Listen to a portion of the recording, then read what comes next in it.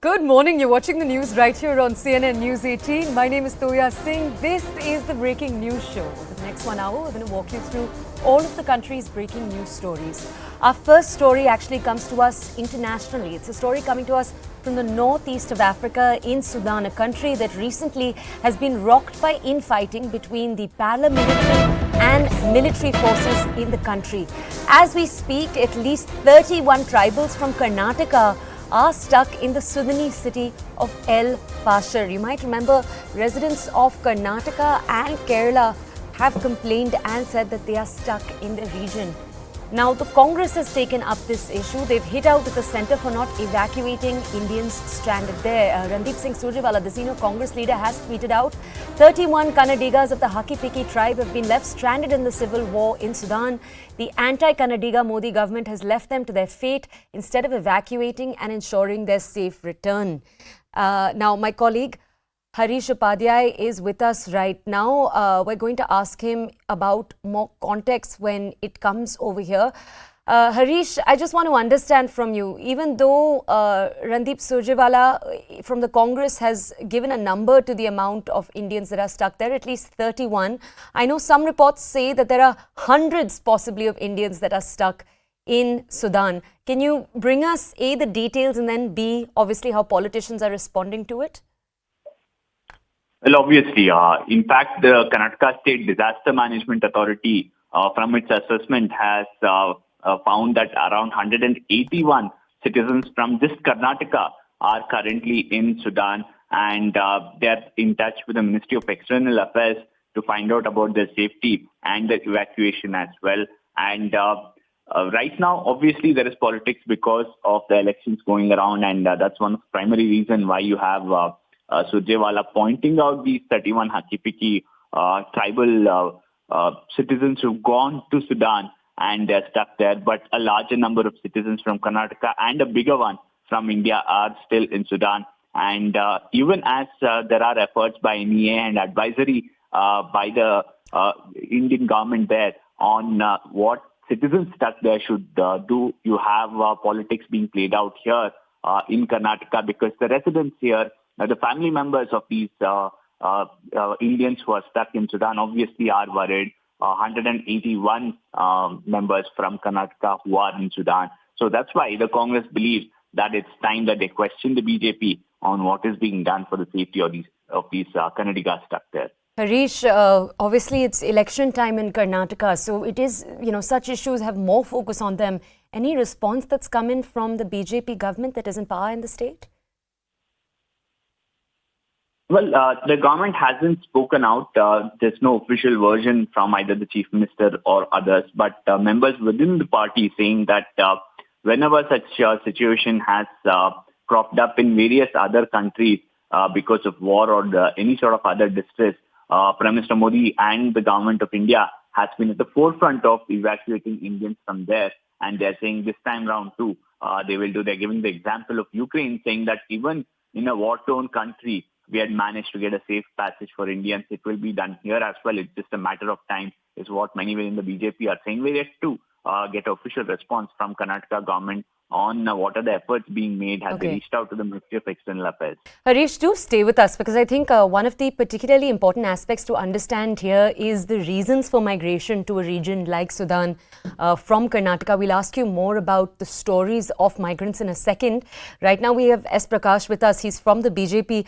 Good morning, sir. Thank you for joining us here on CNN News 18. Sir, Sudan has been seeing violence for a few days now. You've on one side got the country's powerful paramilitary forces, the rapid support forces, and wider conflict in a chaos-stricken country. So we know that the Indian embassy in Sudan tweeted out that Indians shouldn't leave their homes. But as reporters on the ground speak to Indians who are stranded there, there seems to be a real sense of panic. Indians asking to be brought home. So why has the Karnataka BJP government not put out a statement yet on this? No, those who are stranded in Sudan are Indians. Yes. They do not belong to any language or a region, anything. Every Indian who is stranded in a war-torn or a civil war-torn places, they will be brought by the government of India. It has happened in Ukraine. It has happened in Libya. At many other places, the Indians who have been stranded and stuck in war-torn places, they have been safely brought back. Let us not politicize the issue. Mr. Ranjit Surjewala, only because Karnataka is going to the polls, he forgets he comes from a national political party and he is trying to politicize and regionalize the issue. It is an issue concerning the entire Indians. Let all those who are stranded be back safely, and I'm sure Government of India is seized up the matter, and they will ensure they come back. One sec. We do have the opposition with us right now, and I'll go to them in a second. But sir, I do want to point out 181 Karnataka citizens. I don't think it's a matter of politicization, sir. Shouldn't the Karnataka government put out a statement just so that their families, the communities that they come from, have some context? Definitely they will put out, the government of Karnataka will put every effort to bring them back. I did not mean that the Karnataka government will remain silent. Never in the past it has remained silent. Always it is proactive, and at the present time also it will ensure the government will bring back all those who are stranded. I am only referring to the Ranjit Surjewala's tweet, not other than that. Isn't it correct, sir, though, for the opposition to ask such questions? Isn't it the job of the opposition to ask those in power? Definitely, they have every right to ask, but they should not politicize the issue. Okay, sir, just stay with us. Just stay with us. Mr. Yanagi from the Congress is with us right now. Mr. Yanagi, we just heard from the BJP. The one charge they're making is that the Congress is politicizing this issue. Sir, to that, what do you have to say? First of all, with great respect, Mr. Yash Prakash, who is the counterpart of the BJP, is neither a mature politician nor he can make any sensible statement. He is an outdated politician for the first time. Let me make it very clear, make it on record. His statement cannot be viewed so lightly. You see, it's a responsible government. It's the duty of the government to see that every citizen is protected, whether he is in India or elsewhere. And if the government is saying that someone need to remind them, and in case it is reminded of the duty to the government, if they say it is politicizing, this is a hopeless thing the government can expect. And nothing can be expected from such a government. This is its duty. No one can abdicate from its own duty. It is duty. The state government is duty bound. Not even a statement is made by the government so far, even after the reminder by our senior, Mr. Surjewala. And this is so hopeless and negligence act.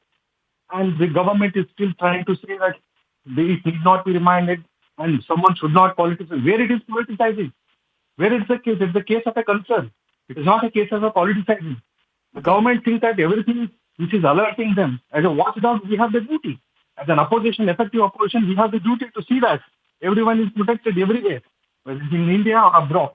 And if we are doing our duty, it is being said and propagated as if it is a politicization, then it is most stupid thing, and a sentence or a statement is expected from a political party spokesperson. And this is something which they may have to seek an apology for the state for having made such a statement. If a state representative is there in the outside, it is to be seen that he should come back safely. His arrangements should be made in that country as well, and proper channels must be kept open, and see that everything must be updated on record. Okay. The general public or the people concerned to him. Correct. And it is not something we are asking from the heaven. It is its duty. Otherwise, why they got elected? Right. Let them resign and go. Mr. Yanagi, just stay with us, please. S. Prakash, do stay with us too. I want to go back to our reporter who's on with us on the story. Harish Upadhyay continues to remain with us. Harish, we've been telling our audiences, I just want to remind our audiences, the violence that's taking place in Sudan is not violence that is specifically targeting Indians. At the same time, because the atmosphere in Sudan is a highly dangerous one as we speak, the Indian Embassy did on Sunday put out a statement. But I do want to ask you, Harish, you were pointing out that there are more than 180 people just from Karnataka who are there in the country. We can assume that there are a much larger number of Indians that are there. When it comes to contacting the families and the communities of those people, have we seen any on-the-ground efforts take place in Karnataka? Well, at least there seems to be some effort from the Karnataka State Disaster Management Authority, because that's how the authority has reached this figure of 181 Kannadigas who are stuck in Sudan. they perhaps have the profile and the details of which part of Karnataka they come from. They've also reached out to the Ministry of External Affairs. And perhaps that's the maximum the Karnataka State Disaster Management Authority can do. Now it is the Ministry of External Affairs which will talk out a plan for not just Kannadigas, but everyone from the country who's stuck in Sudan on what is the safe passage for them and how soon can be brought to India. What are the other routes that can be explored? That's something that the MEA will now figure out. Before that, perhaps one would expect the state government to reach out to these families and give them some sort of assurance on how the union government plans to bring them back. Okay.